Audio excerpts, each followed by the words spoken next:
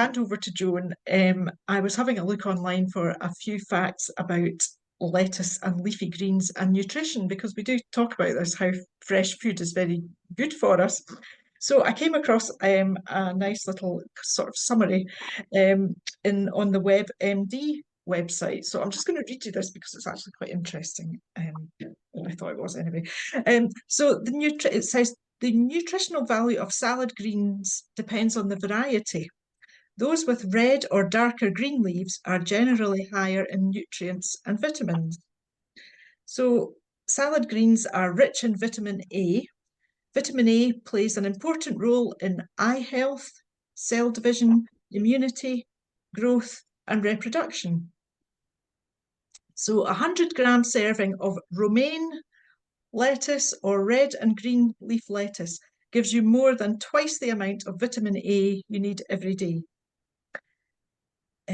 Salad greens are also a good source of vitamin K, which is important for blood clotting and helps to build strong bones and keeps your blood vessels healthy. And your body only stores small amounts of vitamin K, so you need to get it from the foods you eat daily. And adults need about 90 to 120 micrograms of vitamin K per day. So a 100-gram serving of your romaine or butterhead lettuce or red and green leaf lettuce has half of the vitamin A that you need every day. Salad greens are also rich in phytonutrients. So these are unique compounds that act as antioxidants, and antioxidants help prevent chronic disease.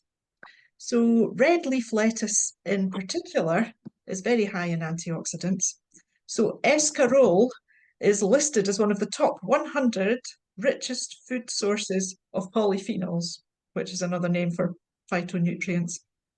And other salad greens on the list include curly endive, green leaf, and red leaf lettuce. So that's good news. And the other good news is it may protect your brain. Researchers studied 960 people with an average age of 81, and they found that those who ate leafy green vegetables daily had better brain health. And the rate of cognitive decline for those who ate the most leafy greens was equivalent to being 11 years younger. So there we are. I'm certainly going to eat more salad, I think, after reading about that. So let's get started with our practical session. It's a great pleasure to hand over to Joan, who's going to talk us through how to grow all this lovely, healthy stuff. Joan. Great. Okay. Thank you, Jenny. Well, I'm so glad I've got some red leaves here that we're going to be looking at in a wee minute. And yeah, I've got a couple of red things over there, so that's good. That's very interesting. And I do probably don't eat enough salady leaf things in the winter months, unless there's a plate of chips to go with it. I don't think I would have a salad. Whereas in the summertime, this time of the year, I do. I get more than my daily intake of vitamin A and K that you were talking about, and those wee phytonutrients. But I must make more of an effort year round. But anyway, so nothing beats the taste of freshly harvested vegetables or herbs. And whether it's that crunchy carrot or freshly picked rocket, it is 100 times better than anything we can buy a packet out of the shops. Now, I'm no vegetable growing expert, preferring to use my borders and raised beds to grow flowering shrubs and fruit. But I do dabble in container vegetable growing, and I'm going to be sharing some of what I do with you today.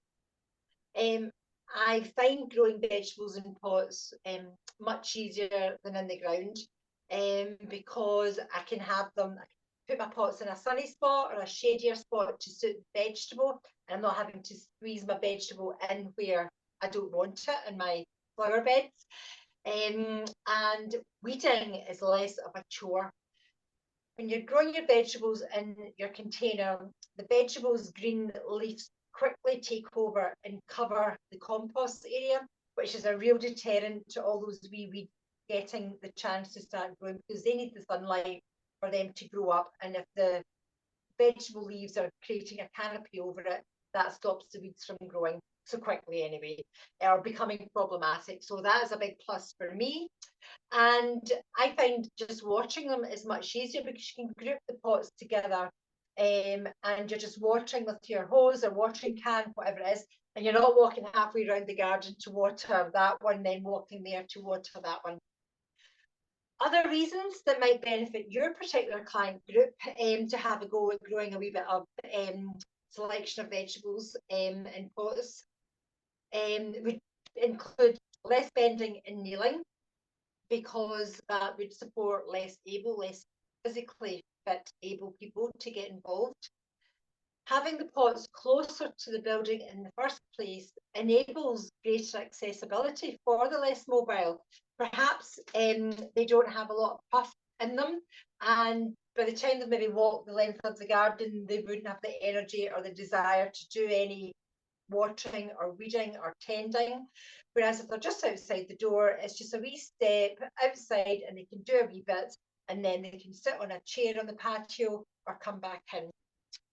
And of course, choosing what vegetables they like to eat would promote cognitivity, and maintaining physical activity, of caring for the plants, also develops an emotional connection, with that ongoing care and that connection, and seeing what you've planted, what you've sown or planted, growing, that nurturing. It's a lovely thing, and I think we all have that connection with the outdoors through that, willing something else to live and do well. And what else? And of course, if you've got them on the patio, I keep my pots just outside this window here. Not that you can see outside this window, but I can see my pots from the kitchen window and my living room window. And so if you've got clients who, for whatever reason, just cannot make the journey outside, they at least can still enjoy the view of the vegetables and whatnot growing from indoors, and enjoying just watching the action taking place outside by others that are tending to the plants. So there's lots of vegetables that lend themselves to being grown in containers, and I'm going to show you the ones that I grow.